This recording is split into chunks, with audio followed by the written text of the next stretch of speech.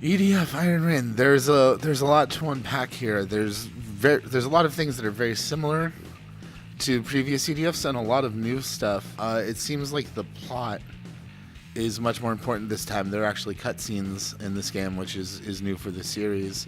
Um, yeah, I'm just kind of curious. What was the decision to sort of amp up the story aspects? But it's maybe not only the storyline. Maybe I want to start talking about the concept, whole concept of Iron Rain. So maybe it's more easier to understand why if I talk the comparing to the EDF numbering series. So the EDF series is very simple game and it's very popular because it's simpleness. But so that's why it's so popular in Japan. But the honestly in the Western audience, there are many core users, but for the light users, it's not popular enough. That's the problem we had. But we believe that the EDF series has like very worldwide elements. To appeal that more to Western audience, I think that we needed different contents and different approach.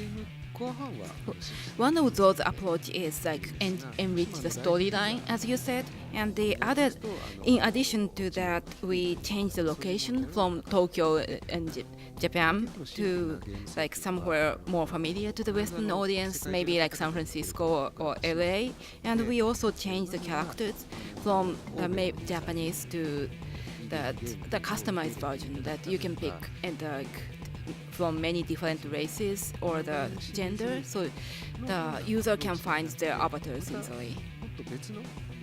So the storyline change is as a result of that we think about the storyline to that we can more appeal to the Western audience, that they can feel more connection to it.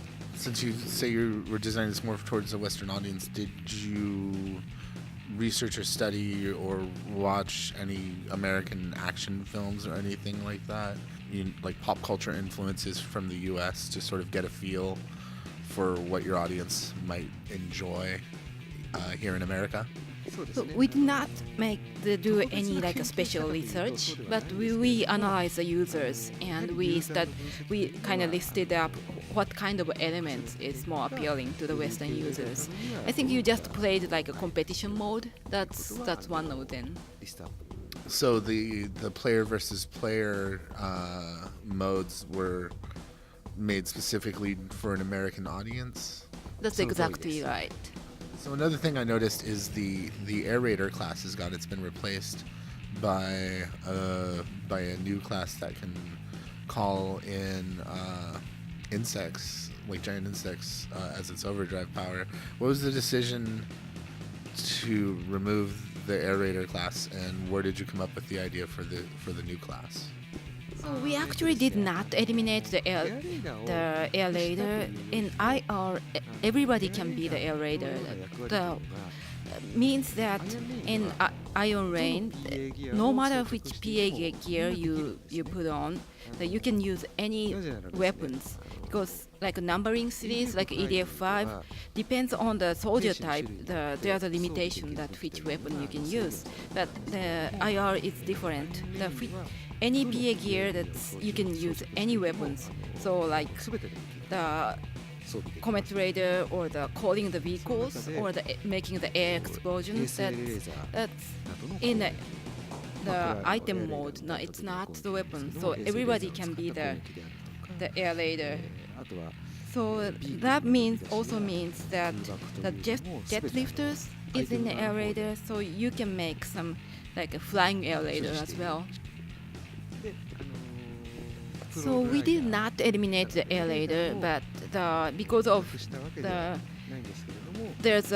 we could put the Pro Rider in that as a new soldier, and the Pro Rider itself it's very tricky character, but it has some kind of ninja element that we are considering about the Western audience as well for that.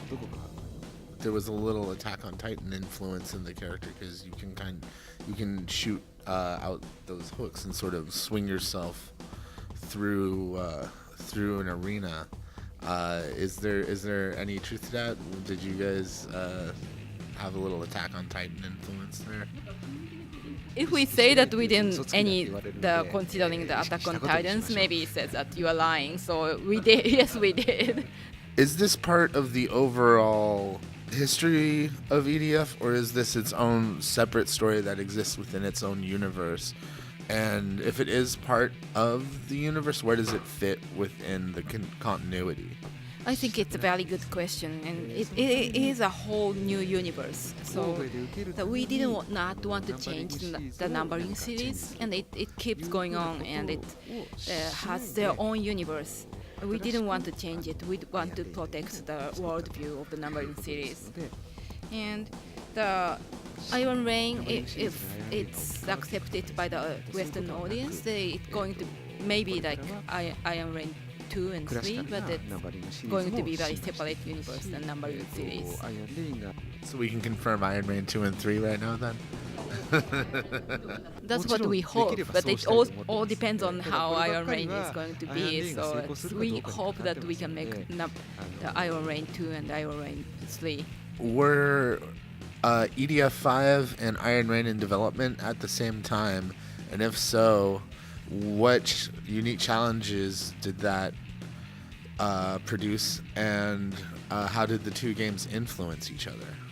So even though we are developing almost at the same time, it's done by the different studios. So they are not like too influencing each other. But I did the producer for both. So the different creators, so they didn't get influenced each other. But I was managing both of them, and purposely I did not give the information to each other. That's the heaviest part for me, maybe.